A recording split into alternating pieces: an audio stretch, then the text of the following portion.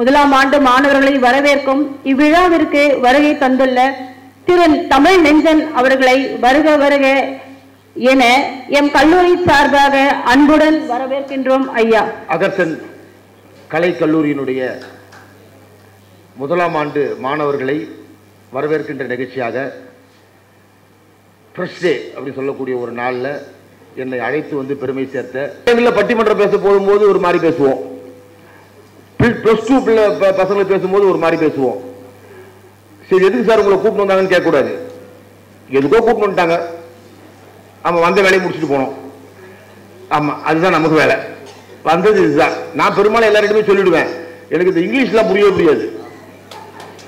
ஆமாம்,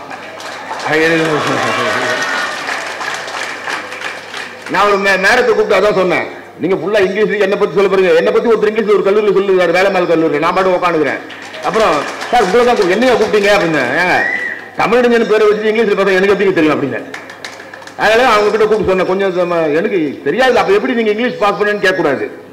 எனக்கு அப்பயே ஸ்பான்சர் கிடைச்சிது, நான் 10th படிக்கும் போது ஸ்பான்சர்ல பாஸ் பண்ணுவேன். நீங்க என்ன சாதாரணமா இடம் போட்டுறாதீங்க, யாரும் கை தட்டக்கூடாது. ஒருத்தன் பேர் சொல்லும் போதே ஒருத்தன் கை தட்டினா என் தம்பி, நான் பேசி முடிச்ச பிறகு தான் நீங்க கை தட்டணும். இந்த கதை சொன்ன பிறகு 1983 நான் 10th முடிச்சேன். எவ்வளவு மார்க் தெரியுங்களா? 500க்கு 498, 500க்கு 498. கை தட்டு கூட சொல்லிட்டேன், 500க்கு 498. ஆனா அந்த வருஷம் ஸ்டேட் பஸ் வந்த பையன் 500க்கு 497 சேலம். எங்க அம்மா போய் எஸ்எம்கிட்ட கேட்டாங்க, என் பையன் 500க்கு 498 மார்க் எடுத்திருக்கான், அவன் ஸ்டேட் பஸ் வரல. யாரோ ஒருத்தன் சேலத்துல ராசிபுரத்துல 500க்கு 497 எடுத்த பையன் ஸ்டேட் பஸ் வந்திருக்காங்க, இது என்ன அநியாயம் கேட்டாங்க. எங்க எச்எம் ஓ ராமச்சந்திரன் ரொம்ப அமைதியா சொன்னாரு, அந்த ராசிபுரம் எடுத்த பையன் மார்க் எடுத்த மார்க் இந்த மார்ச் மாசம் எடுத்த மார்க் உங்க பையன் 1வது இருந்து 10வது வரைக்கும் மொத்த மார்க்கே அவ்வளவுதான் அப்படின்னாரு. அதுக்காக வந்து நான் என்னைக்காவது போயிட்டு தற்கொலை பண்ணிக்கிட்டேனா இல்ல செத்துட்டேனா? இல்லையே. ஏன் சாவணும்னு நான் கேட்கிறேன். தற்கொலை பண்ணிக்கணும், பைலாட்ட பேர் தற்கொலை பண்ணினா நாட்டில் பாதி பேர் இருக்க மாட்டான். நீ பிறக்கும் போது யாரு நீங்க பிறக்கும் போது அவசரப்பட்டு கை தட்டுன்றார் அவரு. ஆமா, அதனாலதான் கை தட்ட வேணாம்னு சொன்னேன். மனசுல பட்டத மாணவர்கள் மத்தியில் பேசக்கூடிய பேச்சாளர். கோயில்ல மாலை நேரங்களில் பட்டிமன்றம் பேசினா அது காஞ்ச மரத்தில் அடிக்கிற ஆணி, இந்த மாதிரி மாணவர்கள் மத்தியில் பேசினா அது பச்சை மரத்தில் அடிக்கிற ஆணி. இது உங்களுக்கும் பயன்படும், எனக்கும் பயன்படும். இதான் விஷயம். இப்ப கை தட்டலாம். பிறக்கும் போதே 1 கோடி உயிரணுக்கள் வெளியே வருமா? 1 கோடி உயிரணுக்கள். அந்த 1 கோடி உயிரணுக்கள் ஒண்ணுதான் போய் தாயுடைய கருப்பையில சேருமா, மிச்சம் எல்லாம் அவுட்டு. அந்த பிறக்கும் போதே நீ 1 கோடி பேரை ஜெயிச்சுட்டு தான் பிறந்திருக்க. நீ பிறக்கும் போதே வெற்றியாளர். நீ எல்லாம் சேர்த்து நம்ம சேர்த்தான், உங்க பிரின்சிபால் சேர்த்தான். பிறக்கும் போதே நீ வெற்றியாளர், பிறக்கும் போதே ஜெயிச்சு தான் வந்திருக்க. அது எப்படி சார் ரெட்டன் கேட்கக்கூடாது? நீங்க ரெட்டை குழந்தை அது இன்னொன்னு நிக்குமா? நானும் வருவேன் உள்ள, அது ரெட்டை. இன்னொன்னு நானும் உள்ள வருவேன், அது 3. காஞ்சிபுரத்துல 7 உயிரணு, காஞ்சிபுரம் 7 குழந்தை 7 உள்ள கூட்டிருப்பாரு. அப்ப பிறக்கும் போதே நீங்க ஜெயிச்சு வந்த பிறகு இனிமேல் உங்களுக்கு தோல்வியே கிடையாது, இனிமேல் எல்லாமே வெற்றி தான். அந்த முடிவுக்குள்ள நீங்க வந்துடணும். சரி, எனக்கு நான் பெரும்பாலும் இந்த +2 படிக்கிற பிள்ளைங்க பசங்க போவேன். எனக்கு இந்த ஆம்பளை பசங்க பொம்பளை பசங்களோட ஆண் பிள்ளைகள் ரொம்ப பிடிக்கும். ஏன் தெரியுமா பிடிக்கும்? அவங்க கொஞ்சம் சாமர்த்தியசாலி. நல்லா கவனிங்க, நான் ஃபர்ஸ்ட் 2022 சொன்ன ஒரு ஜோக் இது சன் டிவில. இப்ப சாமர்த்தியசாலி இவங்க கொஞ்சம் முன்னே பேசிடுவாங்க, பயப்படுவாங்க. 2 பசங்க லேட்டா வந்தா, நம்ம மாதவரம் பள்ளிக்கூடம் மாதிரி வச்சுப்போமே, அது கல்லூரியா வேண்டாம். வந்த உடனே வாத்தியார் கேட்டார், ஏன்டா லேட்டுன்னாரு. சார் வர்ற வயல இந்த கிண்டி பக்கத்தில் மெட்ரோ ரயில் போடுறாங்க, டிராபிக் ஜாம் ஆகி போச்சு. நான் வாத்தியாருக்கு வந்தது கோவம், எடுத்தாரு கொம்ப போட்டு வாங்குன்னு வாங்குற, அடிக்கும்போது ஐயோ ஐயோ ஐயோ ஐயோ புகர் உட்காந்துட்டான். இந்த 2வது பையனை கூப்பிட்டாரு, நீ ஏன்டா லேட்டுனாரு. சார் நான் வரும்போது எச்எம் பார்த்துட்டேன்னா. போய் எச்எம்ஏ பார்த்துட்டியா? போய் உட்காருங்க. இந்த முதல்ல உட்காந்து பாரு, உடம்பு தடவினே கேட்கறான், நீ நானும் ஒன்னா தானே வந்தோம், நீ எப்ப எக்ஸாம் பார்த்தேன்னா ஜென்வையா பார்த்த உள்ள உட்காந்துடுறா. ஆமா, அதை கூடி தப்பிச்சுட்டான் பாருங்க, அதுக்காக ஒரு கைத்தட்டல் கொடுக்கலாம். அவனுக்கு அடி வாங்காம தப்பிச்சுட்டான் பார்த்தீங்களா, அதுக்காக ஒரு கைத்தட்டல் கொடுக்கலாம். இப்போ வாழ்க்கையில எல்லாமே யதார்த்தம் தான், எல்லாமே யதார்த்தம் தான். எங்களுக்கெல்லாம் இந்த மாதிரி சலுகை எல்லாம் கிடையாது, பிரச்சனை எல்லாம் எங்களுக்கு கிடையாது. நான் படிக்கிற காலத்துல பிரச்சனை எல்லாம் கிடையாது, யூனிஃபார்ம் கிடையாது, எல்லாம் நம்மளே சொந்தமா பார்த்துக்க வேண்டியதான்.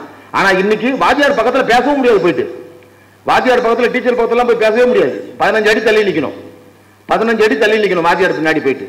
அப்புறம் தான் வாத்தியார பேசுவார். இப்ப அப்படி கிடையாது. வாத்தியார்லாம் உன் மேல தோல் மேல கை போட்டு, டீச்சர்கள் தான் தோல் மேல கை போட்டு சகோதரனாகவும் சகோதரியாகவும் பிள்ளையாகவும் பார்க்கக்கூடிய பருவத்திலே நீங்கள் கல்லூரியிலே படித்துக் கொண்டிருக்கிறீர்கள். அதுவே உங்களுக்கு கிடைச்ச ஒரு மிகப்பெரிய கிஃப்ட். பக்கத்திலே போக முடியாது. நல்ல விஷயம் சொல்லும்போது கை தட்டலாம், ஒன்றும் பிரச்சனை இல்லை. நாங்கள் அடிக்கடி என்ன பண்ணுவோம்னா, அந்த பட்டிமன்றங்கள் எல்லாம் பேசும்போது யார் எப்படி கவனிக்கிறாங்க அப்படிங்கிறதுக்காக சொல்லுவோம். போன வாரம் ஒரு பட்டிமன்றம் போயிருந்தேன், சேலம் பக்கத்தில் வாழப்பாடி பக்கத்தில் 10:45 மணிக்கு பட்டிமன்றம்.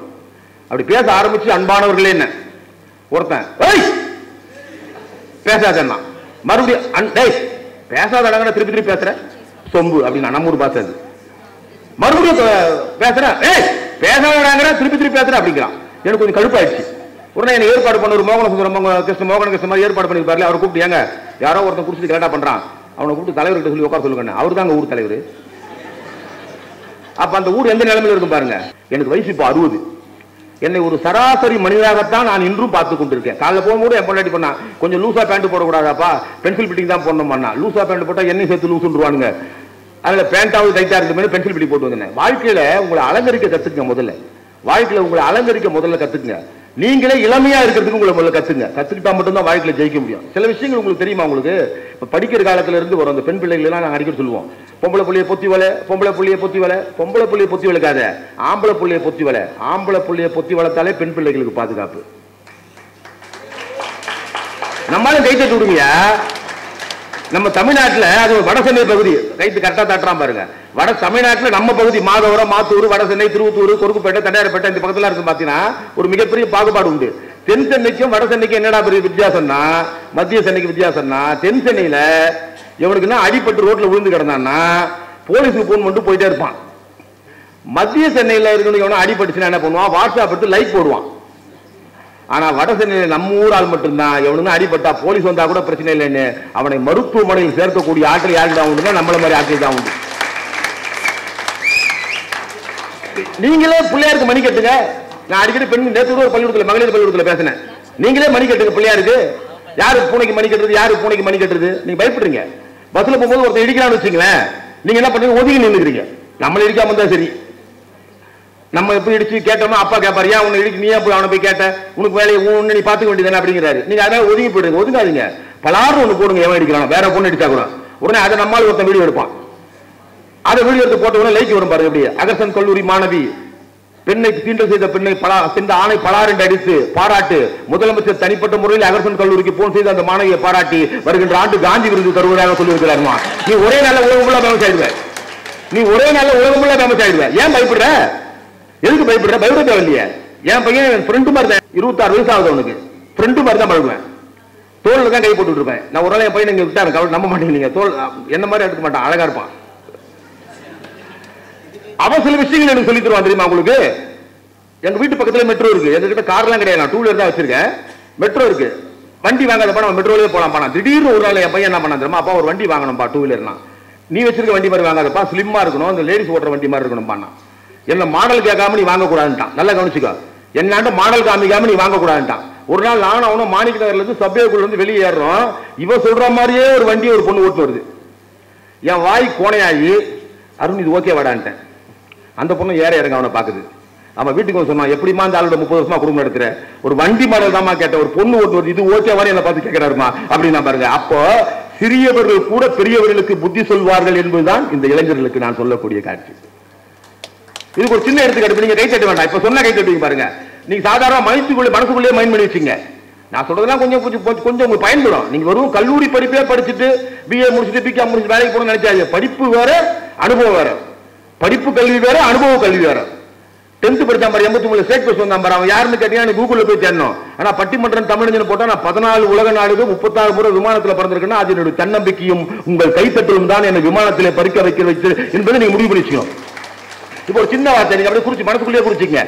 நான் கொஞ்சம் பேசும்போது கொஞ்சம் மனசுல பதின மாதிரி தான் பேசுவேன். சிறிய அப்படிங்கிற வார்த்தை எழுதி பாத்தீங்கன்னா பெரியரா போட்டிருப்பாங்க. சிறிய என்ற வார்த்தைக்கு பெரியரா போட்டிருப்பாங்க. பேராசிரியர் கூட குறிச்சிக்கலாம், சாந்தி மேடம் கூட. பெரிய என்ற வார்த்தைக்கு சிறியரா போட்டிருப்பாங்க. சிறிய என்ற வார்த்தைக்கு பெரியரா, பெரிய என்ற வார்த்தைக்கு சிறியரா. அது என்ன அர்த்தம் தெரியுமா?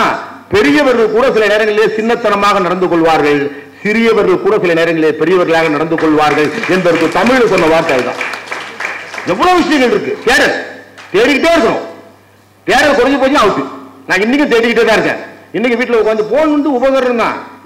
செல்போன் உபகரணம் தான். தேவைப்படும்போது பேசிக்கலாம், தேவைப்படும்போது பேசிக்கலாம் போன்ல. நான் வெறுத்துட்டேன் ஒரு பொண்ணை பார்த்துட்டு. திருவத்தூர் மெட்ரோ உட்காந்து மீனம்பாக்கம் போய் ஏர்போர்ட் போயிட்டு நான் வெளியூர் போறேன், மதுரைக்கு போறேன். திருவத்தூர் அஜாக்ஸ்ல ஏறி காதுல மாட்டுச்சு அந்த லைனை.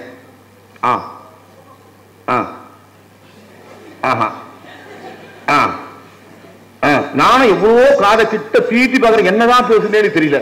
மீனம்பாக்கம் வரைக்கும் ஒரே ஆஹா ஓஹோ, எனக்கு அந்த பொண்ணு மேல வருத்தம் இல்ல, அதை ஒருத்தர் லவ் பண்ண பாரு, அவன் மேலதான் வருத்தம். 45 நிமிஷம் ஒரே ஆகா ஓஹோ ஆகா. எவ்வளவு விஷயங்கள் இருக்கு. இப்போ படம் வந்திருக்கு மகாராஜா. யார் யார் பார்த்தது? மகாராஜான்னு ஒரு படம் பாத்தீங்களா? யார் யார் பார்த்து பேராசம் கை தூக்கலாம்? யார் யார் பார்த்தது? பார்த்து கை தூக்கல. விஜய் சேதுபதி ஒரு கை தட் பண்ணுங்க. அவங்க பொண்ணு மேல ஒரு ரிப்போர்ட் வந்து அந்த பிரின்சிபால் திட்டுவாரு. ஆனா அந்த பொண்ணு மேல தப்பு இல்லைன்னு ஒரு செகண்ட்ல விளாவரே பேச முடியாது. உங்களுக்கு அவுட்லைன்லேயே போயிடுறேன். அப்ப என் பொண்ணோட மன்னிப்பு கேளுங்க சார் சொல்லுவான் விஜய் சேதுபதி. ஏன் மன்னிப்பு? நான் அந்த கல்லூரி ஓனர்ரா அப்படின்பா. மன்னிப்பு கேளுங்க சார்பா. மன்னிப்பு கேட்கவே மாட்டானுவாங்க. அப்போ அந்த போஸ்ட்டை பிடிச்சி வெளியே தள்ளுவாங்க. அந்த போஸ்ட் அப்படியே பிடிச்சி வலிப்பான். அந்த பில்டிங்கே ஆகும். அப்ப அந்த பொண்ணு சொல்லுவோம், சார் என்கிட்ட மன்னிப்பு கேட்காங்க, அப்பா அந்த போஸ்ட்டை விட மாட்டார் சொல்லுவான். உடனே அந்த பிரின்சிபால் மன்னிப்பு. இது என்ன தெரியுமா? பெற்றோர்கள் இன்றைக்கும் உங்களை நம்பி இருக்கிறார்கள். உங்கள் மீது தவறு செய்யவில்லை என்ற நம்பிக்கை பெற்றோர்களுக்கு இன்னைக்கும் உண்டு. இப்ப நீங்களா கை தட்டிக்கலாமே? உங்களுக்கு தான் சொல்றேன், உங்க மேல நம்பிக்கை வச்சிருக்காங்க பெற்றோர்கள். அதனால தான் உங்களை ஃப்ரீயா விடுறாங்க. நான் 83 84 4 பேருக்கு சேர்த்து மொத்தமா டவுசர் கொண்டாந்துருவாரு எங்க அப்பா. திருவத்தூர் வந்து 4 பேருக்கு ஒரே டவுசர் ஒரே சட்டை. ஒருத்தருக்கு இவ்வளவு தூரம் இருக்கும். இந்த 4 பேருக்கு சேர்த்து ஒரே டவுசர் சட்டை தான். ஆனா இன்னைக்கு உங்களை ட்ரெஸ்ஸிங் ரூம் போட்டு ஷூட் ரூம் ரூம் இருக்கு போட்டு பாக்குறதுக்கு. அந்த ரூம்ல போயிட்டு உங்களுக்கு வேண்டிய ட்ரெஸ்ஸை நீங்களே எடுத்துங்கன்னு பெற்றோர்கள் உங்களுக்கு அனுமதி கொடுத்துருக்காங்கன்னா பெற்றோர்கள் உங்களை நம்புகிறார்கள் என்ற அர்த்தம். யாரை வேணா ஏமாத்திடலாம், யாரை வேணா ஏமாத்திடலாம்.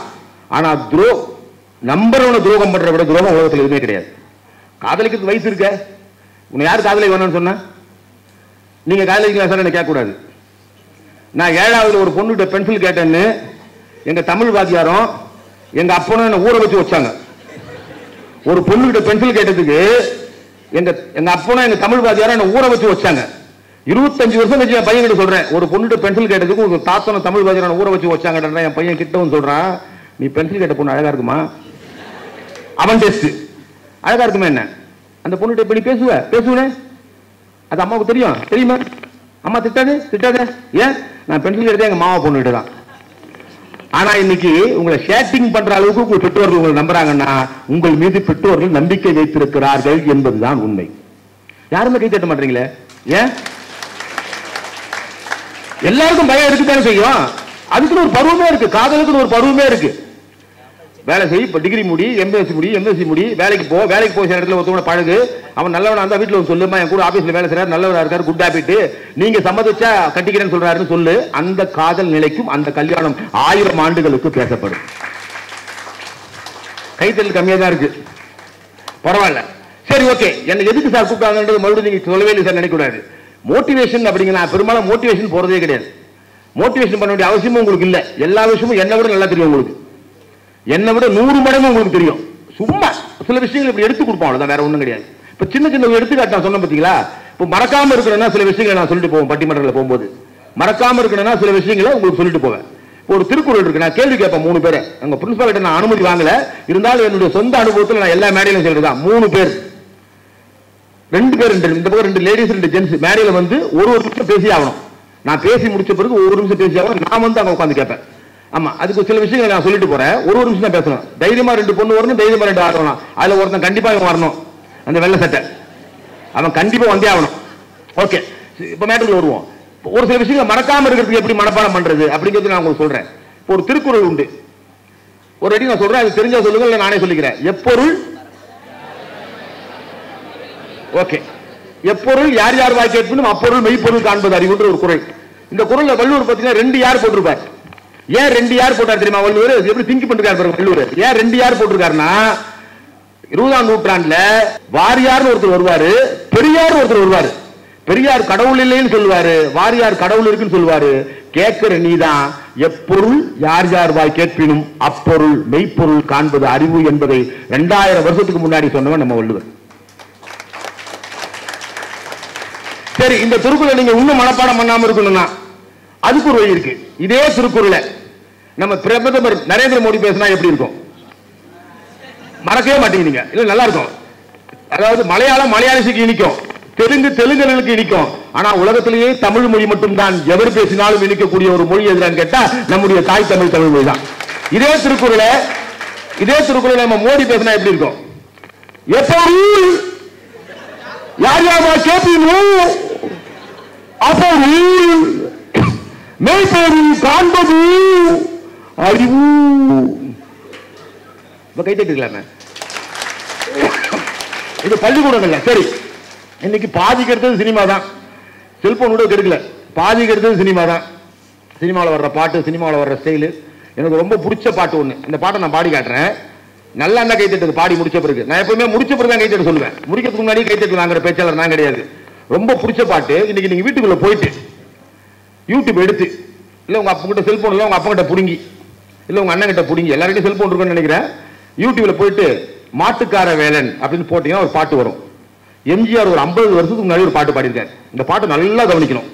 இந்த பாட்டை நான் வாக்மேன்லயோ யூடியூப்லயோ போட்டு மனப்பாடம் பண்ணல, தியேட்டர்ல பார்த்து மனப்பாடம் பண்ணதான். அந்த பாட்டு எப்படி ஆரம்பிக்கும்னா, பாக்குறா ஒரு கண்ணு சாக்கிறா, அவ உதட்ட கடிச்சுக்கிட்டு மெதுவாக சிரிக்கிறா சிரிக்கிறா சிரிக்கிறா, காலாலே நிலத்திலே கோலம் போட்டு காட்டுறா, கம்பி போட்ட ஜன்னலிலே கண்ணத்தை தேய்க்கிறா, பின்னல முன்ன விட்டு பின்னி பின்னி காட்டுறா, பின்னாடி தூக்கி விட்டு கையாலே இழுக்கிறா, பூ போல கால் எடுத்து பூமியை அளக்குறா, பொட்டுன்னு துள்ளி துள்ளி சிட்டாக பறக்குறா, நிலையில கைய வச்சு நிக்கிறா நிமிருறா, நிறுத்தி மூச்சு விட்டு நெஞ்சை தாளாட்டுறா நெஞ்சை தாளாட்டுறா.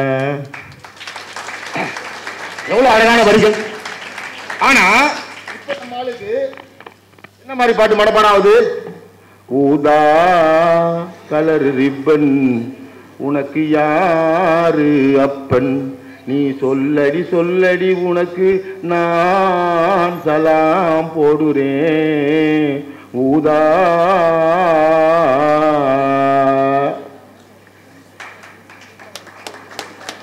உங்க கல்லூரி பசங்களுக்கு ரொம்ப பிடிச்சிருக்கு, ஆனா கை தட்ட மாட்டீங்க. டிசிப்ளின் இருக்க வேண்டியதா. சில இடங்களில் போய் சில இடங்களில் பேசிட்டு அட்வைஸ் போட்டு போயிட்டான், யாரும் கை தட்ட கூடாது சிரிக்கூடாது. அப்படியே எழுவூர்ல உட்காந்துருக்கானுங்க. எனக்கு கடுப்பாயிருச்சு. ஈரோடு பக்கம் ஒரு ஊர் இருக்கு, நம்ப மாட்டீங்க. ஈரோடு பக்கம் ஒரு ஊர் இருக்கு, 2000 பேர் உட்காந்துருப்பான். 2000 பேர் உட்காந்துருப்பான். கையும் தட்ட மாட்டான், சிரிக்கவும் மாட்டான், எழுந்தும் போக மாட்டான். எதுக்கு 2000 பேர்? ஒரு 10 பேர் இருந்தா கூட கேட்டு ரசிச்சு கை தட்டுறான் பாத்தீங்களா, அவன் தான் அந்த ரசிக்கக்கூடிய ஆற்றல் யாருக்கு இருக்குன்னா அந்த மாதிரி ஆற்றல் தான் இருக்கு. சரி, ஓகே, நம்ம அடுத்த கருத்து போலாம். சின்ன சின்ன விஷயங்கள், மோட்டிவேஷன் தன்னம்பிக்கை சின்ன சின்ன விஷயங்கள் தான். எல்லாருமே சிறந்த அறிவாளிகள் தான். நீங்க உலகத்தில் எல்லாரும் எடுத்துங்க, நினைச்சு பார்த்திருப்பாரு அண்ணல் அம்பேத்கர் படிக்கிற காலத்துல 3வது 4வது வைக்கும் போது நாம் எழுதுற சட்டம் தான் இந்திய நாட்டை ஆளும் என்று அம்பேத்கர் நினைச்சு பார்த்திருப்பாரா? அவர் உழைத்தார், படித்தார், ஜெயித்தார், நினைத்தார், இன்றைக்கும் மக்கள் மனதிலே வாழ்ந்து கொண்டிருக்கிறார். 1903 பிறந்த பெருந்தலைவர் காமராஜர் நினைச்சு பார்த்திருப்பாரா? சாதாரண விருதுப்பட்டியில் பிறந்த காமராஜர் நம்ம தமிழகத்தினுடைய முதலமைச்சராகவும் அகில இந்திய காங்கிரஸ் கட்சியாளர் நினைத்தார், உழைத்தார், படித்தார், ஜெயித்தார். ஒவ்வொரு தலைவர்களுமே அப்படித்தான். அண்ணா அம்பேத்கரா இருக்கட்டும், பொன்முத்துராமலிங்க தேவரா இருக்கட்டும், காமராஜரா இருக்கட்டும், நேருவா இருக்கட்டும், இல்ல எம்ஜிஆரா இருக்கட்டும், இல்ல டாக்டர் கலைஞரா இருக்கட்டும், இல்ல புரட்சியில் அம்மாவா இருக்கட்டும், யாராக இருந்தாலும் உழைத்தார்கள், நினைத்தார்கள், ஜெயித்தார்கள். இப்போ ஒரு சின்ன எக்ஸாம்பிள் சொல்றேன். இதை 1.5 கோடி பேர் பார்த்திருக்கான். ஒரு நிமிஷம் வர பெற்றது 1.5 கோடி பேர் பார்த்திருக்கான். யார் யாரெல்லாம் மெரினாவுக்கு போயிருக்கிறது? தைரியமா கை தூக்குங்க. மெரினாவுக்கு யார் யாரெல்லாம் போயிருக்கிறது? டீச்சர் கை தூக்கலாம், பேராசிரியர் கூட. மெரினாவுக்கு எல்லாம் போயிருக்கீங்க. ஓகே, இப்ப அந்த கான்செப்ட்ல புரிஞ்சுங்க. மெரினா போனீங்கன்னா எம்ஜிஆர் நினைவிடம், அண்ணா நினைவிடம், ஜெயலலிதா நினைவிடம், கலைஞர் நினைவிடம், இந்த 4 நினைவிடமும் அங்க இருக்கு. என் பையன் என்ன பார்த்து கேட்டான், 4 பேர் நினைவிடமும் அங்க இருக்கு, காமராஜர் முதலமைச்சரா இருந்தவர் தானே, ஏன் அவருக்கு அங்க நினைவிடம் இல்லைன்னு கேட்டான். அதுக்கு நான் சொன்னேன், அந்த இடத்துல அவருக்கு நினைவிடம் வைக்க வேண்டிய அவசியம் இல்லடா. ஏன்னு கேட்டான், அந்த 4 பேருடைய நினைவிடமும் இருக்கக்கூடிய பாதை காமராஜர் சாலை. காமராஜர் பாதையை கடக்காமல் அந்த இடத்துக்கு போக முடியாது. படிப்புங்கிறது படிப்போட தான் இருக்கும். நீங்க நம்ப மாட்டீங்க, நான் 52 வருஷத்துக்கு முன்னாடி ஒரு கேட்ட ஒரு பாட்டு, சினிமா பாட்டு இல்ல, வாத்தியார் எப்படி நடத்துவாருன்னா, இப்ப இருக்க வாத்தியார் மாதிரிலாம் பாடம் நடத்திருக்காரு. இப்பெல்லாம் கான்செப்டே மாறி போச்சு. முதல்ல எல்கேஜி யூகேஜி இருந்தது, அதுக்கப்புறம் 1வது, அதுக்கு முன்னாடி எல்கேஜி யூகேஜி, அதுக்கப்புறம் ப்ரீ கேஜி, இப்ப கேஜி. வெறும் கேஜி. 1.5 வயசு குழந்தை, 1.25 வயசு குழந்தை ஒரு அம்மா அப்படியே லகான் கோழி மாதிரி கொடுத்துட்டு வந்துருக்கு பள்ளிக்கூடத்துல. 1 வயசு குழந்தை அப்படியே உரிச்ச கோழியை கொடுக்குற மாதிரி அப்படியே ஸ்கூல்ல விட்டு வந்துருது. அந்த 1 வயசு குழந்தைக்கு கழுத்துல ஒரு டை, இடுப்புல ஒரு பெல்ட், கழுத்துல ஒரு டை, இடுப்புல ஒரு பெல்ட். நானே கேட்டேன், எதுக்குமா டை? என்ன குழந்தை வாந்தி எடுக்காம இருக்கிறதுக்கான். பெல்ட் எதுக்குமா? கீழே போகாம இருக்கிறதுக்கு. இப்ப குழந்தைக்கு மேலேயும் போவாது, கீழேயும் போவாது. அப்புறம் எப்படி குழந்தை ஆரோக்கியமா வளரும்? குழந்தைக்கு அந்த காலத்திலேயே தமிழன் நடைவண்டி என்ற ஒன்றை கற்றுக் கொடுத்து குழந்தை தானாக நடப்பதற்கு கற்றுக் கொடுத்த யார கேட்டா தமிழகத்தில் இருக்கக்கூடிய அந்த நடவண்டி அப்படிங்கிறது. 3 வயசு 4 வயசு பையன் பல்சர் ஓட்டுறாங்க. அவங்க அப்பா ஓட்ட விடுறாரு, ஓட்டு ஓட்டு. 4 வயசு பையன் பின்னாடி அவங்க அப்பா, அதுக்கு பின்னாடி அவங்க முண்டாட்டி, அதுக்கு பின்னாடி காலேஜ் போய் அவங்க பொண்ணு. 4 வயசு பையன் பல்சர் ஓட்டான். வண்டி ஓட்டுறது பிரச்சனை இல்லை, உங்களுக்கு எல்லாம் 3/4 பேருக்கு வண்டி இருக்கும். உங்க பெற்றோர்கள் உங்களுக்கு வண்டி வாங்கி தரணும் எதுக்கு தெரியுமா? நீங்கள் கல்லூரிக்கு விரைவாக போவதற்கு தானே தவிர வீணா போவதற்கு அல்ல. உங்களுக்கு வண்டி வாங்கி தர்றது பெற்றோர்கள் நீங்க கல்லூரிக்கு விரைவா போறதுக்கு தானே தவிர வீணா போகிறதுக்கு அல்ல. ஒரு சின்ன சிம்பிள் ஐடியா சொல்றேன் உங்களுக்கு. இதே மாத்தூர் சிக்னல் ஆண்ட 3 விதமான பால் இருக்கு தமிழ்நாட்டில். 3 விதமான பால் யாருக்காவது தெரியுமா? ரெண்டாவது நீங்க சொல்லுங்க பார்க்கலாம். 3 விதமான பால் இருக்கு. மேடம் உங்களுக்கு தான் கேட்கிறேன், தெரியாது. அம்மா நீ உங்களுக்கு தெரியாது, நானே சொல்லிடுறேன், வேணா டைமிங் இல்ல. 3 விதமான பால் இருக்கு. முதல் பால் தாய்ப்பால், இரண்டாவது பால் பசும்பால், 3வது பால் எருமைப்பால். நான் ஒரு இடத்துல போய் கேட்டேன், ஒரு பள்ளிக்கூடத்துல இங்க அந்த திருநெல்வேலூர்ல என்னென்ன பால் தெரியும்? எனக்கு அமனா பால் தான் சார் தெரியும். அவனுக்கு அது வரைக்கும் அமனா பாலாவது தெரியுது. இந்த 3 விதமான பால் இருக்கு, தாய்ப்பால், பசும்பால், எருமைப்பால். இந்த 3 பாலை யாரும் அதிகமா குடிச்சாங்கன்னு நாளைக்கு நீங்க கண்டுபிடிச்சிடலாம். அந்த மாதவரம் சிக்னல்ல போனீங்கன்னா, 2 வீலர்ல போனீங்கன்னா, 6 அடிக்க வண்டியில போகும்போது கிங் கிங் கிங் திரும்பி பார்த்து வழி விடுவான். போங்க சார், இவன் சுத்தமான தாய்ப்பாலை 1.5 வருஷம் குடிச்சுவேன். கிங் கிங் கிங் என்னடா அவசரம்? இவர் பசும்பால் குடிச்சவர்.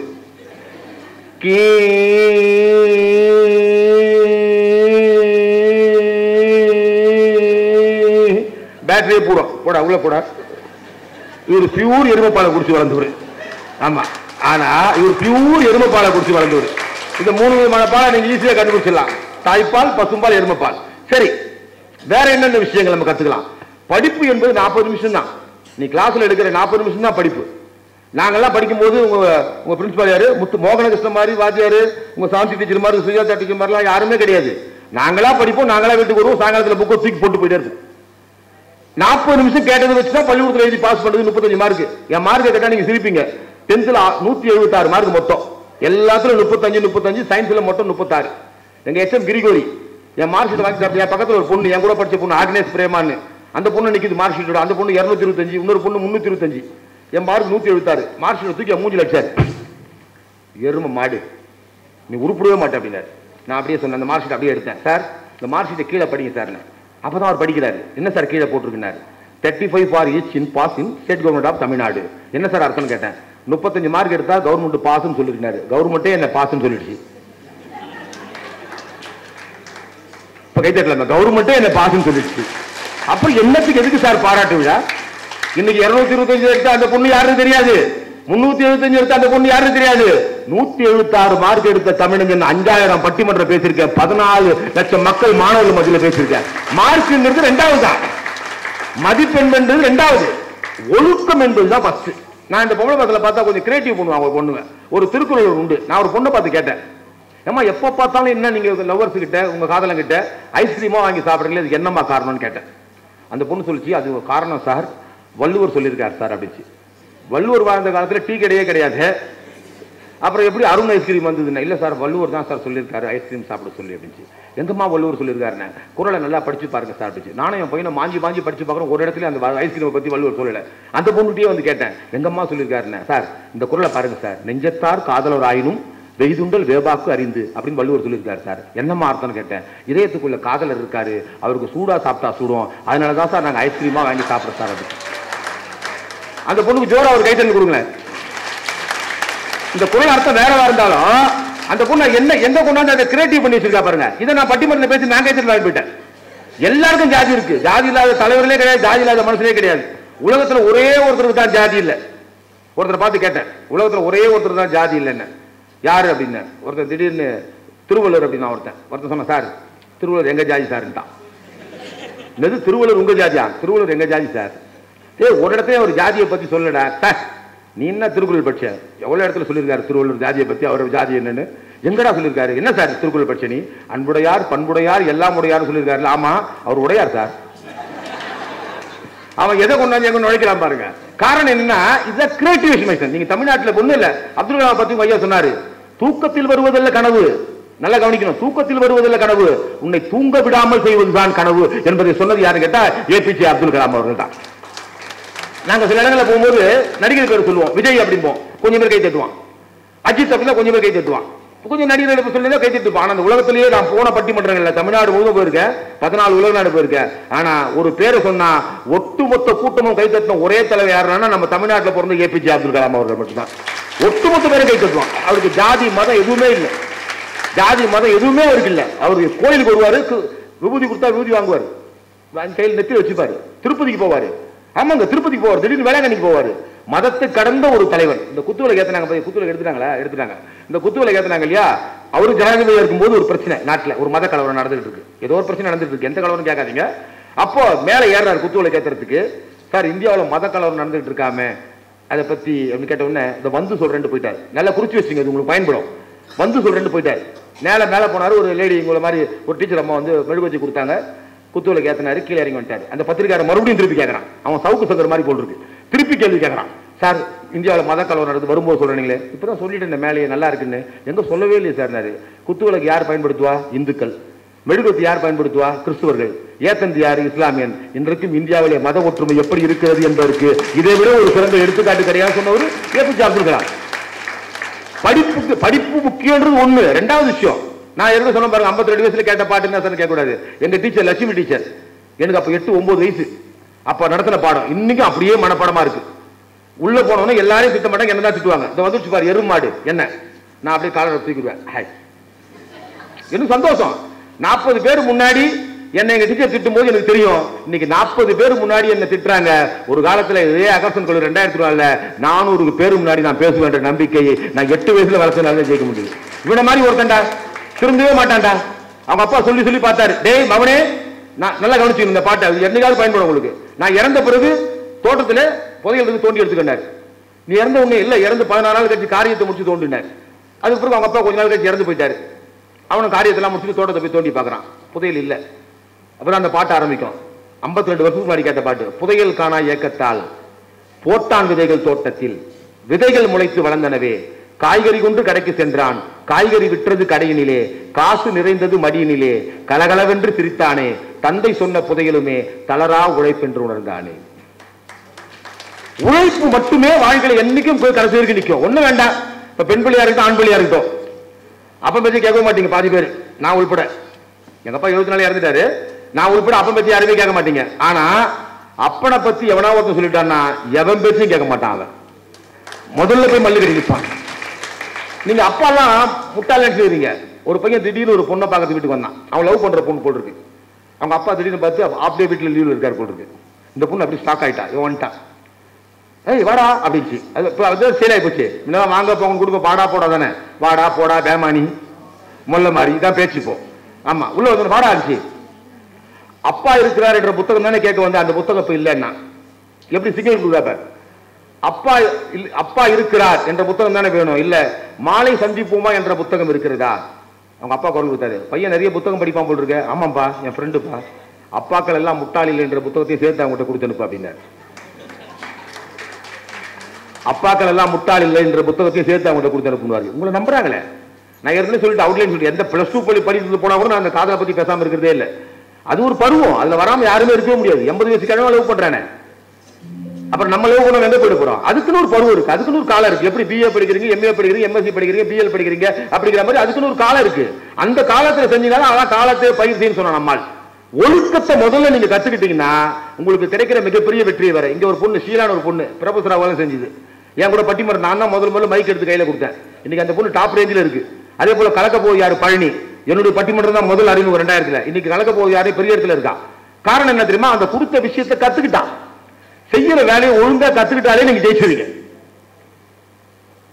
ஒரு டீச்சர் மட்டும் தான் கை தட்டி உட்காந்து முன்னாடி உட்காந்து நல்லா கை தட்டுங்க அவங்களுக்காச்சும் ஒரு முறை. அவங்க எல்லா விஷயம் செய்யற வேலையை ஒழுங்கா செஞ்சாலே அதை நீங்க கத்துக்கலாம் போயிட்டு. இதுதான் மோட்டிவேஷனுங்கிறது. இதுக்காக மோட்டிவேஷன் பண்ணி உங்ககிட்ட எல்லாமே இருக்கு, எல்லா விஷயமும் உங்ககிட்ட இருக்கு. ஒண்ணு வேண்டாம், ஒரு சின்ன கேள்வி பதில் சொல்ல மாட்டீங்க நீங்க. ஆனா கண்டிப்பா வந்து 3 பேர் பேசணும், அதுதான் என்னுடைய வெற்றி. இவங்க தெரியுமா உங்களுக்கு போர்ப்படை தளபதி இருந்தாங்க இல்லையா? யாரு? வேலுநாச்சியாருடைய போர்ப்படை தளபதி யாரு? குயிலின்னு சொன்னது யாருமா? கை தட்டுப்பா. பின்னால இருந்தீங்களா? வீரமங்கை வேலுநாச்சியாருடைய போர்படை தளபதி தான் குயிலி. நீங்க நம்ப மாட்டீங்க. ஒரு தனியார் பள்ளிக்கூடத்துக்கு நான் போயிருந்தேன். ஒரு தனியார் பள்ளிக்கூடத்துக்கு போய் பேசுறதுக்கு பசங்களை கேட்டா பசங்களுக்கு சொல்ல தெரியல. ஒரு வாத்தியாரை பார்த்து கேட்டேன். ஒரு மாதிரி வாத்தியார் இருந்தாருங்க. சார் குயிலி தெரியுமா சார்? தெரியும் சார் அப்படின்னாரு. சொல்லுங்க சார். நாயகன் படத்துல நிலா வதுவானத்து மேலே பலானது ஓடத்து மேலே அந்த குயிலி தானே. உன்னை போயில போட்டு கொளுத்தோ அந்த குயிலி இல்லடா. வீரமங்கை வேலுநாச்சியாருடைய போர்பட தலைவராக இருந்து உடம்பிலே நெய்யை ஊத்திக் கொண்டு வெள்ளைக்காரனுடைய ஆயுத குடும்பக்குள்ளே குதித்து முதலிலே பெண் போராளியாக உலகத்துக்கே சொத்து யாரு கேட்டா வீரமங்கை வேலுநாச்சியாருடைய போர்படை தலைவராக இருந்த நம் தமிழ்நாட்டு குயிலி தாண்டா அந்த பெண் அப்படிதான். இப்ப கேட்கிற 400 பேரை நீங்க மனப்பாடம் பண்ணி வச்சுக்கணும். இதான் மேட்ரு. குயிலிங்கிறது தமிழ்நாட்டில் பிறந்த ஒரு போர்படை தளபதி வீரமங்கை வேலுநாச்சியார். நிறைய விஷயங்கள் இருக்கு தமிழ்நாட்டில் இருக்கு. ஆனா நீங்க யாரு என்ன சொல்றாங்க அப்படிங்கறத முதல்ல கேட்க மாட்டீங்க. நீங்க கேட்டாலே ஜெயிச்சிருவீங்க. நெப்போலியன் ஒரு மிகப்பெரிய வீரன். அவனை ஜெயில புடிச்சு போட்டுறாங்க. ஜெயில புயல் ஜெயில் மாதிரி கிடையாது. அப்போ ஒரு தீவுல உண்மை வச்சிடறாங்க. ஒரு நாட்டு மன்னன் இல்லையா, அவனை ஒரு தீவுல வச்சிடறாங்க. அவனுக்கு விதவிதமான சாப்பாடு, அவன் படிக்கிறதுக்கு புத்தகம் எல்லாம் போகுது. புத்தகத்தை வெளியே யாருன்னா கொடுத்தா கூட அந்த அங்க இருக்கக்கூடிய அதிகாரிகள் அந்த புத்தகத்தை நக்கி அதுல ஏதாவது விஷயம் இருக்கா அப்படின்னு பார்த்துட்டு தான் அந்த புத்தகத்தை கொடுப்பாங்க. நெப்போலியன் கிட்ட அவ்வளவு பாதுகாப்பு. ஒருத்தன் செஸ் கொடுத்துருக்கான். அவருடைய நண்பர் ஒருத்தன் நெப்போலியனுக்கு செஸ் கொடுத்துருக்கான். செஸ் 2 பேர் ஆடணும். நெப்போலியன் என்ன பண்ணான் தெரியுமா? அந்த செஸ் தூக்கி தூர போட்டான். 2 பேர் ஆடக்கூடியது நம்ம எப்படி ஆட பண்ண போட்டான். ஆனால் நெப்போலியன் இறந்த பிறகு அவனுடைய உடைமைகள் எல்லாம் சரி செய்து கொண்டே வந்திருக்க. எடுத்துட்டு வந்த போது இந்த செஸ் இருந்திருக்கு. அந்த செஸ்ஸை திருப்பி பார்த்தா அதுல அவன் ஒரு நண்பர் ஒருத்தன் இந்த தீவில இருந்து எப்படி தப்பிச்சு போறதுக்கான வழியை அந்த செஸ் போர்டு பின்னாடி எழுதி வச்சிருக்கான். அதை நெப்போலியன் பார்த்திருந்தால் சிறைச்சாலையில இருந்து தப்பியிருப்பான். அதை அவன் பார்க்கல. அப்பாவும் பிள்ளைய உட்காந்து சாப்பிட்டுக்கிறாங்க. அம்மா சோறு போட்டுக்கிறா. அப்பா சாப்பாடு வாயில வைக்க போனாரு. பையன் அப்பா பேசாத, சாப்பிடும்போது பேசாத, சாப்பிடு அப்படின்னாரு. மறுபடியும் சாப்பாடு வாயில வைக்க போனா பேசாதடாங்க. மறுபடியும் சாப்பாடு வாயில வைக்க போனாரு. அப்பா பேசாதடா. என்னடி பிள்ளைய பத்திருக்க நீ? சாப்பிடும்போது அப்பா நொப்பான்ட்டு மேட்டர் முடிஞ்சு போச்சு. சாப்பிட்டு முடிச்சு மாடி மேல உட்காந்துருக்காரு. பையனை கூப்பிடுறா. டே வா, ஏதோ பேரு குமார் வா மேல. இன்னும் சாப்பிடும்போது அப்பா அப்பா நீ என்ன ஆனாம்பா அதெல்லாம் முடிஞ்சு போச்சுன்னா என்ன முடிஞ்சு போச்சு? உன் சாப்பாட்டுல ஒரு கருப்பா மூச்சு இருந்தது. அதை தான் சொல்ல வந்தேன். நீ சாப்பாட்டோட சேர்த்து கலந்து அடிச்சுட்டு பண்ணிட்டான். அவன் என்ன சொல்ல வரான் அப்படிங்கறதையாச்சும் பெற்றோர்களும் கேட்கணும். தந்தை என்ன சொல்ல வரார் என்பதை நீங்களும் கேட்டால் மட்டும்தான் ஒரு மியூச்சுவல் அண்டர்ஸ்டாண்டிங் கிடைக்கும். அவங்க என்ன சொல்ல வராங்கன்றது இப்ப +2 வந்தா நான் சொல்லிருப்பேன். இது 3ஆம் பருவம். உங்களுக்கு முதல் பருவம் 10th பாஸ் பண்ணியாச்சு. 2ஆம் பருவம் +2 அதுவும் பாஸ் பண்ணிட்டீங்க. இப்ப இது 3ஆம் பருவம். இனிமேல் உங்களுக்கு மதி இதுவே கிடையாது. உங்களை யாரும் அடிக்க மாட்டாங்க, உங்களை திட்ட மாட்டாங்க. நீங்க இந்த புக்கு தான் கொண்டாடணும் யாரும் கண்டிஷன் போட மாட்டாங்க. இந்த ட்ரெஸ் தான் யூனிஃபார்ம் தான் போடணும்னு உங்களுக்கு ஆர்டரும் கிடையாது. நீங்க என்ன ட்ரெஸ் வேணா போட்டு வரலாம். நல்ல பேண்டை கிழிச்சு விட்டுக்கலாம், கிழிஞ்ச பேண்டை தைச்சு விட்டுக்கலாம். ஆமா, நமக்கு சுதந்திரம் கொடுத்தாச்சு. இப்ப டிகிரி வந்துட்டீங்க நீங்களா. இனி முடிச்ச பிறகு உங்களை கைது பண்ண முடியாது. அதை தெரிஞ்சுங்க முதல்ல. சாதாரணமா இருக்க ஒரு மக்களை ஒரு போலீஸ்காரன் போய் கைது பண்ணிடலாம் வாரண்ட் இல்லாம. ஆனால் டிகிரி முடிச்சவனை கைது பண்ணணும்னா டிகிரி முடித்தவன் கண்டிப்பாக காவல்துறை அதிகாரியிடம் கேட்கலாம். Sir I am degree holder, வாரண்டை காட்டுங்கன்னு சொல்லக்கூடிய அனிமை படித்தவர்களுக்கு உண்டு. அந்த படிப்பை நீங்கள் அகர்சன் கல்லூரியிலே தொடங்கி இருக்கிறீர்கள். என்ன நடக்குது என்ன பண்றதுங்கிறத முதல்ல தெரிஞ்சுக்கங்க. என்னென்ன விஷயங்கள் நிறைய இருக்கு, நிறைய தெரிஞ்சுக்க முதல்ல, தேடுங்க முதல்ல. நான் இன்னைக்கு தேடுறேன். சொன்ன பாருங்க, நான் பெரும்பாலும் வயசுல நான் எழுத மாட்டேன். எனக்கு 60 வயசு ஆகுது. இந்த அக்டோபர் 2 வந்து 61. இன்னைக்கு நான் தேடிக்கிட்டு தான் இருப்பேன். ஒவ்வொரு போன்ல உட்காந்து இது ஒரு ட்ரஸ்ட் ஆரம்பிச்சு கல்லூரி இந்த பகுதியில் மாதவரம், மாத்தூர், ரெட்டில்ஸ்ல இருக்கக்கூடிய பிள்ளைகள், ஏழை பிள்ளைகளாக இருந்தால் கூட அனைவரும் ஒரு சொகுசு கல்லூரியிலே படிக்கக்கூடிய ஒரு மிகப்பெரிய அமைப்பாக இந்த கல்லூரியை வடிவமைத்திருக்கிறார்கள். அந்த கல்லூரியில நீங்க படிக்கிறீங்க. நான் உள்ள வந்து பார்த்து, நான் பார்த்ததுக்கு ஒரு 5 வருஷம் முன்னாடி பார்த்திருக்கேன். இப்ப பார்த்ததுக்கும் பிரம்மாண்டமா இருக்கு. அவ்வளவு அழகா பிரம்மாண்டமா இருக்கு கல்லூரி வடிவமைச்சிருக்காங்க. ஏன்? உங்களுக்காக தான். அப்பா அம்மா கஷ்டப்படுறது எது? உங்களுக்காக தான். வாத்தியாருங்க கஷ்டப்படுறது எது? உங்களுக்காக தான். அரசாங்கம் கஷ்டப்படுறது எது? உங்களுக்காக தான். எல்லாமே உங்களுக்காக தான் கஷ்டப்படுறாங்க. அப்ப நீங்க அந்த காலத்துல, அந்த படிக்க வேண்டிய காலத்துல 18 ல இருந்து 21 3 வருஷம் தான், அந்த படிக்க வேண்டிய காலத்துல டெய்லி வகுப்புல நடத்துறதை கவனிச்சாலே போதும். நீங்க இதுக்காக வீட்டுல இருந்து புக்கை உட்காந்து மாஞ்சி மாஞ்சி படிக்க வேண்டியதுலாம் இல்ல. நீங்க டியூஷன்லாம் வைக்க வேண்டியதே இல்ல. ஆய்ந்த பேராசிரியர்கள், நல்ல கை தட்டலாமே, ஆய்ந்த பேராசிரியர்கள், அறிவார்ந்த பேராசிரியர்கள், அவங்க படிச்சுட்டு அதை உணர்த்து நடத்துறாங்க. அந்த 40 நிமிஷம் நீ வகுப்புல கேட்டாலே நீ மிகப்பெரிய அறிவாளி. நான் +2ல சொன்னதையே உங்களுக்கு சொல்றேன். நேற்று ஒரு பள்ளிக்கூடத்தில் பேசின மகாராணி பக்கத்தில் கேர்ள்ஸ் ஸ்கூல்ல, நீங்க படிக்கவே வேணாம். பள்ளிக்கூடத்தில் வாத்தியார் நடத்துறதை கேட்டு சாயங்காலம் வீட்டுக்கு போய் அந்த புக்கை சுத்தி தூக்கி போட்டுருக்கேன்ட்டு. வாத்தியார் நடத்துறதை 40 நிமிஷம் கேட்டாலே நீ 40 மார்க்கு. வாத்தியார் நடத்துறதை நீ கேட்டாலே 40 மார்க்கு. கொஞ்சம் வீட்டில் உட்காந்து அப்பனும் ஆத்தாலாம் கஷ்டப்படுறாங்களே, மூட்டை தூக்குறாங்க, ரிக்ஷா ஓட்டுறாங்க, மெட்ரோவில் நைட்டும் பகலும் வேலை செய்றாங்க, ரிக்ஷா ஓட்டுறாங்க, பஸ்ஸில் போகிறாங்க, காரில் போகிறாங்க, மழையில் போகிறாங்க, அங்கே போகிறாங்க, இங்கே போகிறாங்க, கால் டாக்ஸி ஓட்டுறாங்க, ரயில் ஓட்டுறாங்க, இங்கே பண்ணுறாங்க, அங்கே பண்ணுறாங்க, எல்லாம் பண்ணிட்டு யாருக்காக கஷ்டப்படுறான்? அப்ப அம்மா மீன் விற்கிறா, பூ விற்கிறா, அது விற்கிறா, காய்கறி விற்கிறா, அது பண்றா, இங்க பண்றா, அங்க போறா, யாருக்காக கஷ்டப்படுறா? நமக்காக தானே. அவங்களுக்காக படிப்போம்னு நினைச்சு படிச்சா 60 மார்க்கு. வாத்தியார பேராசிரியருக்கும் பொண்டாட்டி பிள்ளைங்க இருக்கு, அவருக்கும் புருஷன் இருக்காரு, அவங்களுக்கும் பிள்ளைங்க இருக்கு, அவங்களும் புதுசாக கல்யாணம் ஆனவங்க, அவங்களும் டூர் போவாங்க, அது போவாங்க, எல்லாத்தையும் கேன்சல் பண்ணிட்டு 1 மணி நேரம் எக்ஸ்ட்ரா இருந்து நமக்கு ஸ்பெஷல் கிளாஸ் நடத்தி போறாங்களே, யாருக்காக நடத்துறாங்க? நமக்காக தான் நடத்துறாங்க. அப்படின்னு நினைச்சு படிச்சா 80 மார்க்கு. ஒரு பக்கம் அரசாங்கமும் கஷ்டப்படுது, ஒரு பக்கம் வாத்தியாரம் கஷ்டப்படுறாங்க, ஒரு பக்கம் அப்பா அம்மாவும் கஷ்டப்படுறாங்க. யாருக்காக கஷ்டப்படுறாங்க? நமக்காக தானே கஷ்டப்படுறாங்க. நினைச்சு படிச்சா நீ தான் 100க்கு 100. இதான் விஷயம், சாதாரண விஷயமே இதுதான். சின்ன சின்ன விஷயங்கள் தான், பெருசா ஒண்ணு நம்ம டெவலப் பண்ண வேண்டிய அவசியம் இல்ல. சின்ன சின்ன விஷயங்கள் தான். சினிமா பாட்டு யாரு கேட்க வேணும்னு சொன்னா உன்ன? சினிமா பாட்டு எல்லாம் கேட்கலாம், சினிமா பாட்டு எல்லாம் கேட்கலாம். சினிமா பாட்டுல அவ்வளவு விஷயம் இருக்கு. ஒரு படம் வந்து ஜெயிலர் ஒரு படம், யார் யார் பார்த்தது? முக்காவாசி பேர் பார்த்திருக்கீங்க. கையை போடுங்க. டைம் ஆச்சு, பிரின்சிபால் வர டைம் சொல்லினே இருக்காரு. எதுக்கு? ஏன்னா சில இடங்களில் செத்த பிணங்களுக்கு மத்தியிலே பேசுவதை விட உயிருள்ள ஆத்மாக்கள் மத்தியிலே, வளரும் பூக்களுக்கு மத்தியிலே பேசுவது மிகப்பெரிய சந்தோஷம். சாயங்கால நேரத்தில் மாலை நேரத்தில் பட்டிமன்றம் கேட்கறவன் வந்தவன் சேர்த்தமா போயிட்டே இருப்பான். இந்த நாரதகான சபாலா இருக்கும். இந்த ஒண்ணு வேணா, அந்த விஜய் டிவில ஒன்று போடுவா பாருங்க, சூப்பர் சிங்கர்னு. அதுல பாட்டு பாடுற போற பசங்க அத்தனையுமே முறைப்படி பாட்டு கத்துக்கிட்டது கிடையாது. என்ன மாதிரி கேள்வி நேரத்தில் கத்துக்கிட்டு தான் அங்க பாட்டு பாடுறான், கலந்துக்கிறான். மேல உட்காந்துருக்கான் பாரு ஜட்ஜி, அவன்லாம் வந்து ஏற்கனவே முறைப்படி சங்கீதம் படிச்சுவேன். அதுல ஒரு பொண்ணு பாடுது, அதுல ஒரு ஜட்ஜி சொல்றான் அவனை போயில போட்டு கொடுத்துரும். பொண்ணு நல்லா பாடிச்சு, அந்த இடத்துல அது விட்டாலாம். ஏண்டா ஹா விட்டா கொடுக்குனேடா? எங்க அக்கா மக்கா எப்படி சிரிக்குது பாருங்க. இதுதான் இயற்கையான சிரிப்பு. இதுக்கு தான் வந்திருக்க பாருங்க. நல்லா பாடிச்சான் அந்த பொண்ணு, நல்லா கவனிச்சுங்க. நீங்க அதுல கூட போலாம். நீங்க நல்லா பாடிச்சான், அந்த 3வது இடத்துல உன்னை போட்டு அணுகுண்டுல போட்டு கொளுத்தோம்.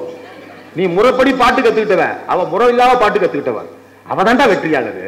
அங்க போய் பாடினா பாரு ராஜலட்சுமி, செந்தில் ராஜலட்சுமி. கோவக்கார மச்சானும் இல்ல என் மச்சா, பொறுமதையும் மச்சானும் இல்ல, தண்ணி போட்டு வந்ததும் இல்ல, என்கிட்ட தாறுமாறா நடந்ததும் இல்ல, தாங்கிடுவார் எங்கிடுவார், தாங்கிடுவார் எங்கிடுவார், தங்கமேன்னு தூங்கிடுவார். கோவக்கார 50 லட்சம் வீடு, 50 லட்சம் வீடு. அந்த பாட்டு முடிஞ்சு போச்சு. இதான் வாழ்க்கை. யதார்த்தத்தை வெளியே கொடுக்கும்போது தான் ஜெயிக்க முடியும், இல்லையா ஜெயிக்க முடியாது. நான் யதார்த்தத்தை தான் பேசுவேன். படிப்பு கொஞ்சம் என் பையன் கூட சொல்றதா உங்களுக்கு சொல்றேன். என் பையனுக்கு 26 வயசு ஆகுது. என் பொண்டாட்டி உயிர் எடுக்கிறா, கல்யாணம் பண்ணு கல்யாணம் பண்ணு கல்யாணம் பண்ணு கல்யாணம் பண்ணு கல்யாணம் பண்ணு. நான் வாய் விட்டே கேட்டேன் அவங்ககிட்ட. இதான் இறுதி செய்தி சார். வாய் விட்டே கேட்டேன், யாரா லவ் பண்றியாடா சொல்றா என்கிட்ட. அவன் சொன்னான் ஒரே வார்த்தை, செருப்பா லட்சம் மாதிரி இருந்தது. பா அப்படி யாரையாவது நான் லவ் பண்ணேன், அம்மா கிட்ட சொல்ல முடியாது. என் காதல் தூதுவனே நீ தான், என் காதல் தூதுவனே நீ தான்ப்பா, உங்ககிட்ட தான் சொல்லுவேன். நீ தான் செட்டப் பண்ணி என் கல்யாணத்தையே முடிச்சுக்கணும். நீ மாமாவும் தந்தையுமாக இருக்கக்கூடிய ஒரு மிகப்பெரிய அருளான பொருளப்பா. எப்படி பிள்ளையை வளர்த்திருக்கேன் பாருங்க. அதே போலத்தான் உங்கள் பெற்றோர்கள் உங்கள் மீது மதிப்பு வைத்திருக்கிறார்கள்.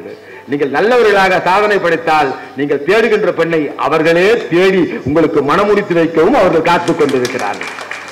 நீங்க தேடணும், நீங்க ஜெயிக்கணும். நீங்க தேடணும், ஜெயிக்கணும். ஜெயிச்சிட்டீங்கன்னா ஜெயிச்சுக்கலாம்.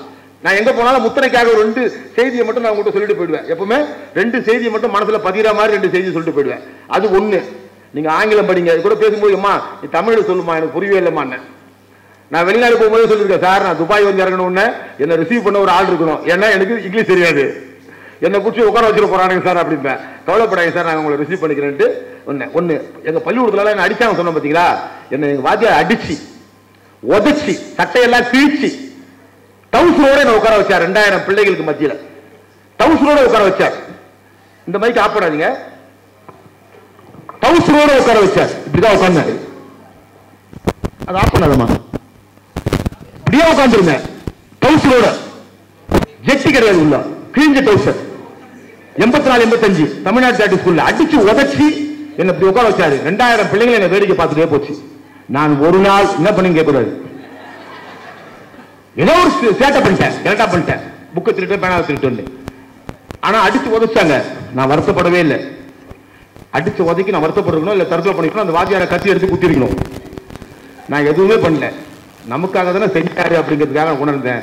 இன்னைக்கு நான் ஒரு காவல்துறை அதிகாரி உள்ள போனேன். அங்க இருக்க அசிஸ்டன்ட் கமிஷனர் எழுந்து நின்று, வாங்க தமிழஞ்சன் ப்ளீஸ் உட்காருங்க, உங்க பிரின்சிபல் கூல் பண்ண காலைல காபி சாப்பிடுங்க டீ சாப்பிடுங்களான்னு.